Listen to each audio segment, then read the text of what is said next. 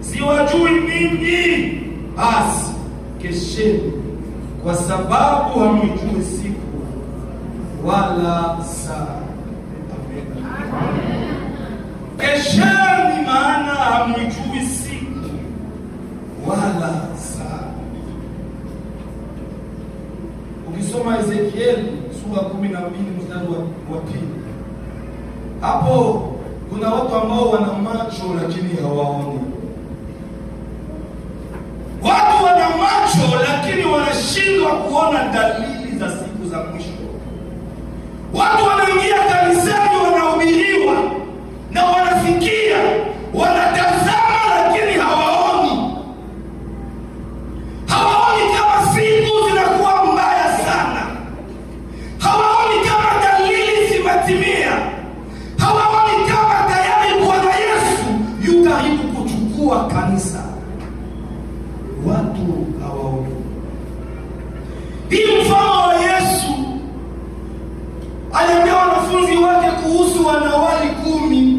Wanawali ndio mabikira 10 ambao wanangoja bwana harusi. Kama sisi kanisa hapa tunaketi tukingoja bwana harusi, hawa nao walikuwa wanangoja bwana harusi. Yesu akapana detail. Hawa watu wote walikuwa mabikira. Haleluya. Yaani bikira ni yule mtu ambaye tayari ameacha dhambi na anamfuata Kristo. Hii message ya Wakristo ambao wako kanisani. Haiko message ya wapagani, ya Wakristo wale tayari wamemwamini Yesu, mabikira. Detail ya pili, wote walikuwa na taa. Wote wa 10, kila mtu alikuwa na taa. Haleluya. Zaburi, Psalm 119:105.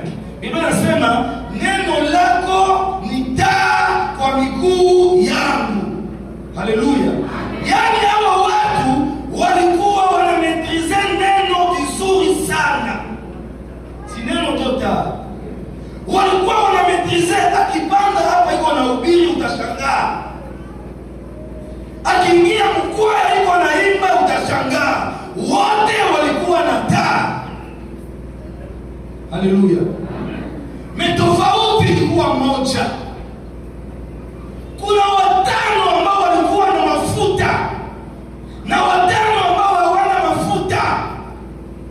Haleluya.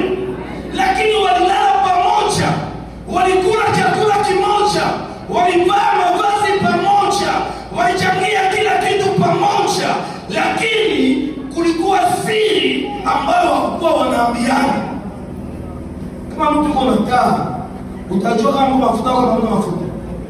Hautajua. Kama taa yako iko wapi, taa yako hiyo. Kila mtu kuna siri moyoni mwake. Anafichamia mwingine. Basi sana. Tofauti ilikuwa tu mafuta. L'onction fait la différence. Haleluya. Ndio tofauti kwa wewe. Lakini kila kitu walifanya pamoja, na wote wanaimba hosana mwana Daudi. Kuja sasa Baba, utakuja ima sana. Wote wanaimba, wanachezwa, wanafurahia ujio wa Yesu. Kumbe kuko hao ambao wana mafuta na wengine ambao hawana mafuta. Haleluya.